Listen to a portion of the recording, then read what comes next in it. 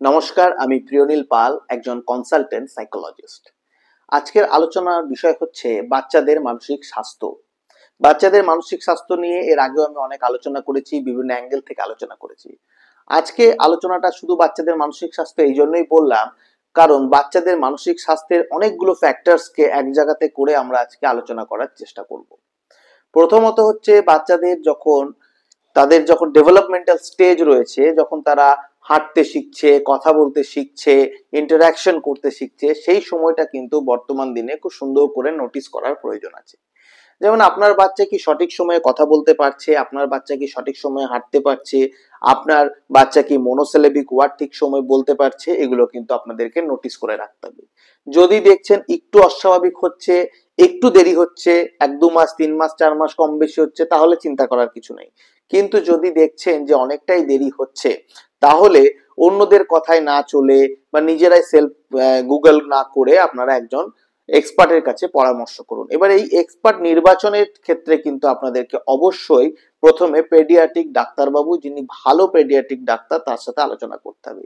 তিনি যদি আপনাদের সাজেস্ট করেন যে না, এর কোনো ধরনের আন্ডারলাইন কজ মনে হচ্ছে, একবারও যদি উচ্চারণ করেন, তাহলে আপনারা সেটাকে খুব কনসিয়াসলি নিয়ে একজন এক্সপার্টের সাথে পরামর্শ করুন।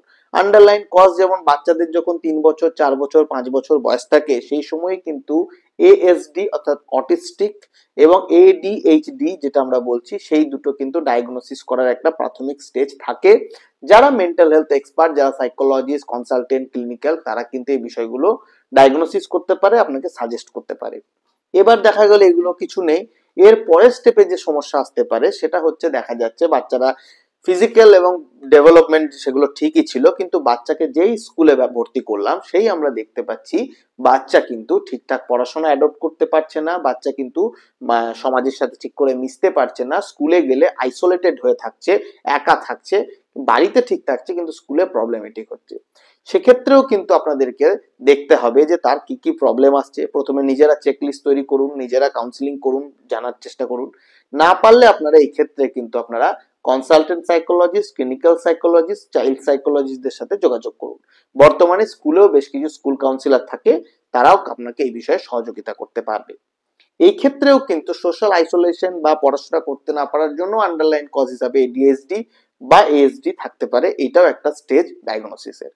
এরপরে দেখা গেল স্কুলে ভর্তি করেছেন, স্কুলে ভর্তি করার পরে হঠাৎ করে খুব হাইপার অ্যাক্টিভ হয়ে আছে, বাচ্চাকে নিয়ন্ত্রণ করা যাচ্ছে না, বন্ধুদের সাথে মারামারি করছে, গায়ে হাত তুলছে, বোঝালে বুঝছে না, রিক্সি কাজকর্ম করছে।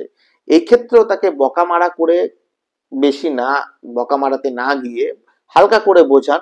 হালকা বুঝিয়েও যদি দেখছেন হচ্ছে না, তার কন্ট্রোল হচ্ছে না বিহেভিয়ার, সেক্ষেত্রেও কিন্তু আপনাদেরকে যে প্রফেশনালস বললাম, যেমন ক্লিনিক্যাল, কাউন্সিলিং, চাইল্ড সাইকোলজিস্ট যারা, তাদের সাথে আপনাকে যোগাযোগ করতে হবে। এইবারে আপনারা বলবেন যোগাযোগ করব, সমাধান কি?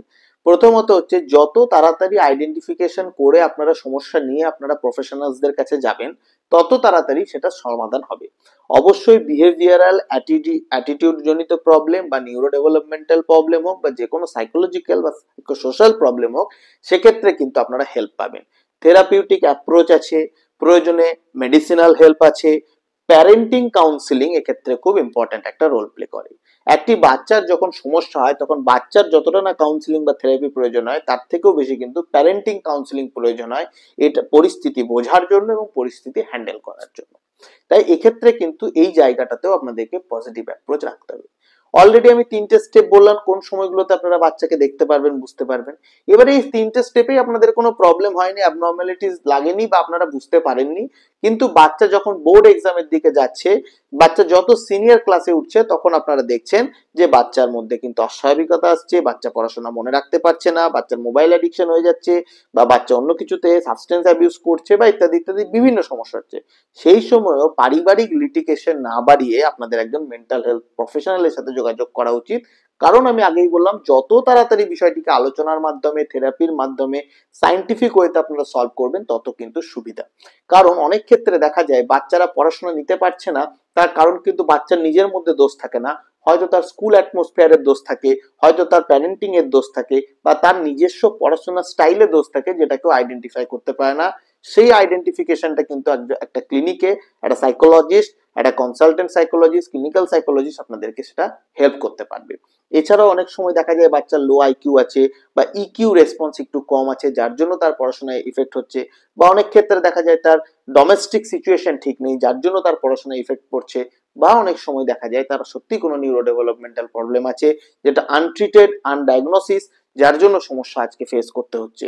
তাই এই জায়গাগুলো আপনাদেরকে বুঝতে হবে, বিভিন্ন স্টেজে বিভিন্নভাবে প্রবলেম আসবে, সেগুলোকে আপনাদেরকে কোনো মিথ দিয়ে বা অন্ধবিশ্বাস দিয়ে বিচার না করে সাইন্টিফিক বিচার করতে হবে, সমস্যাকে সমস্যার মতো দেখতে হবে, তার সমাধান আছে ভেবে পজিটিভ অ্যাপ্রোচ করতে হবে। এইভাবে আপনাদের সন্তানদের রাখুন। আশা করি এই ভিডিওটি আপনাদের হেল্প করবে। এই সংক্রান্ত কোনো জিজ্ঞাসা থাকলে নিচে দেওয়া নাম্বারে আমাকে ফোন করুন, হোয়াটসঅ্যাপ করুন, আমি হেল্প করব। এবং প্রয়োজনে আমার কাছে আসুন, আমি সিউড়ি সমন্বয় পল্লীতে কাউন্সিলিং পরিষেবা দিয়ে থাকি। এছাড়াও বেশ কিছু ক্ষেত্রে অনলাইনে পসিবল হলেও আমি অনলাইনেও আপনাদের পরিষেবা দিয়ে থাকি। ধন্যবাদ, ভালো থাকবেন, নমস্কার।